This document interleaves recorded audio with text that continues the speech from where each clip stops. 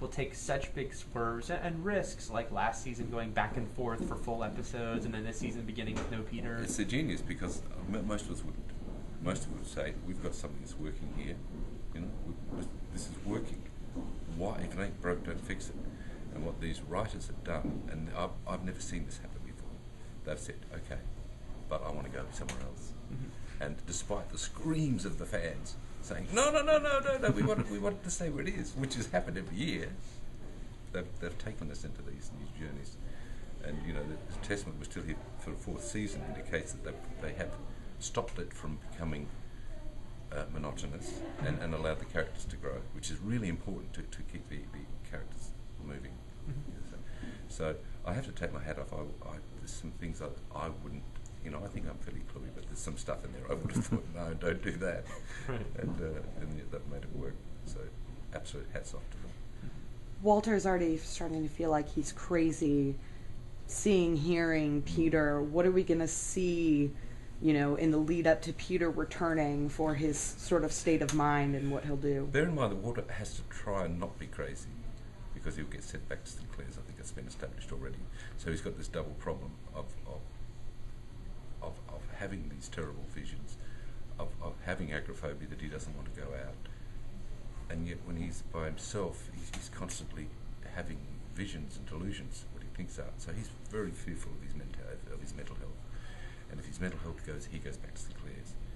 Or if he stops solving the problems that they put to him, he'll go back to Sinclair's. It's a terrible situation for a man to be in. He's so vulnerable. And so I think what we'll see is Walter attempting desperately to not be mad, which will make him look madder. You know, that's what he must do. He's so desperate. It's tragic. It's tragic what's happened to Walter. But it's a reset, you know, and it'll give us a journey to travel. And unfortunately, at this stage, he does have Olivia there as a rock, and still has Jessica Astrid there, and that's it. So he's got this funny little family, and he's got Jean, and he eats fish. He's talking to his fish, and poor old fella. Yeah. Now, when the series started, you know, Peter coming into Walter's life again helped Walter. Can we expect that same pattern when Peter does come back? Well, bear in mind, when Peter first came back into the scene, he didn't want anything to do with Walter. Mm-hmm. He was disgusted with this man, and he blamed him for his mother's death and for everything else. You know, as people do, they look back and blame their parents for every bloody thing until they sort it out. And it was over the period of that first season, really, that we started to find that incredible love for each other.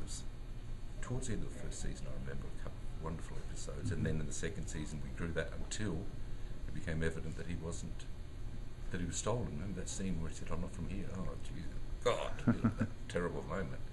And then in the third season we shadowboxed each other. There still was the affection there, but the trust wasn't there. And so now we flip that out, and we go back and how do you rebuild this now? I mean, I don't know the answer to that, but I know that the intent is to tell a great story, and that must be a part of it. It must be a part of the story. Mm-hmm. Otherwise, why have us here? You know, why have the Peter Walter thing unless there's going to be a conflict which builds towards a resolution? It has to. We've always done it before. We will again. Is, you know, if I don't know, if Peter just pops up again, or if Walter starts being able to communicate with him, it would make Walter, at first at least, just sound crazier. If he's like, I'm talking to someone who none of you think even exists. Well, yeah, sure, you can do that, but it's more than likely it's going to be a reaction that's where Walter is fearful of his mentality, where he wants to reject this. He wants to reject this image. I think it's more likely, given his state, that he's going to say, "Leave me alone, whoever you are," because I know that I've buried two sons, which he has, you know, because the little boy from the other side drowned.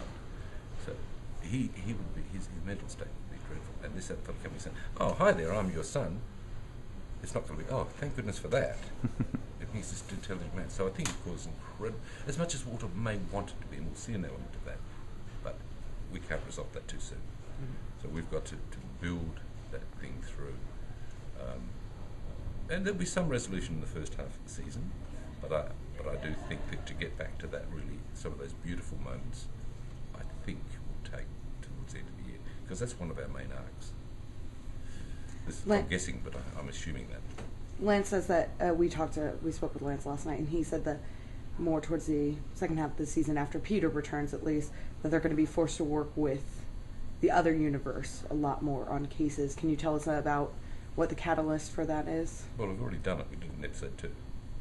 You know, that was why I think episode 2 was so critical, where we saw for the first time the crossover, the ability to bring John Piper Ferguson's character to the other side, which I thought was beautifully played and quite ingenious, really. So we know now that we have the ability to help each other, a unique ability to help each other,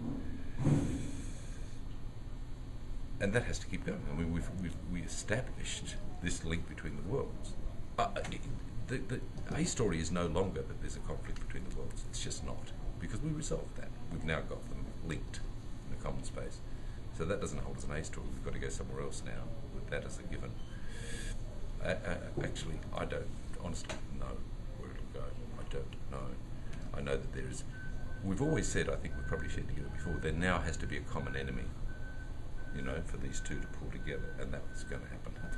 We saw a lot of Anna acting off against herself. Wasn't she brilliant? Amazing. Yeah, that was amazing. Wasn't she on fire? And I was just going, oh my goodness me, this is amazing. Yeah, watching it, I was so impressed by both her performance and then also by the technical aspect.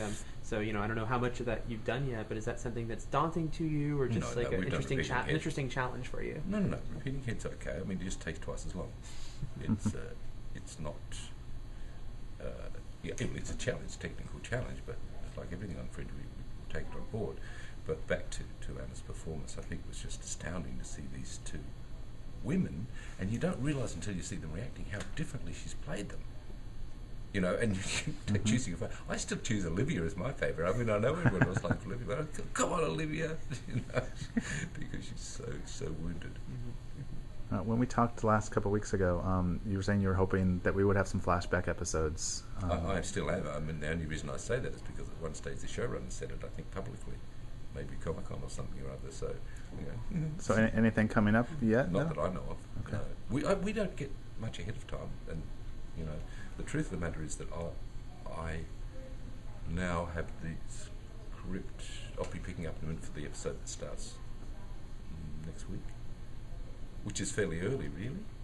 And so I get, a few days grace on it, and sometimes I'll be told if there's something in an outline for a future one that affects me, I'll be given that.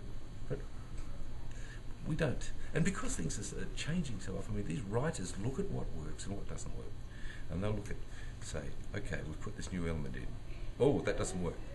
See ya. And that's why things disappear sometimes. Or something will work, and they'll say, go, let's go. So you can't, they can't tell me, and neither should they tell me what's going to happen in episode 9. They have a broad, sweeping thing. They can tell me broad sweep, so that's all I want, actually.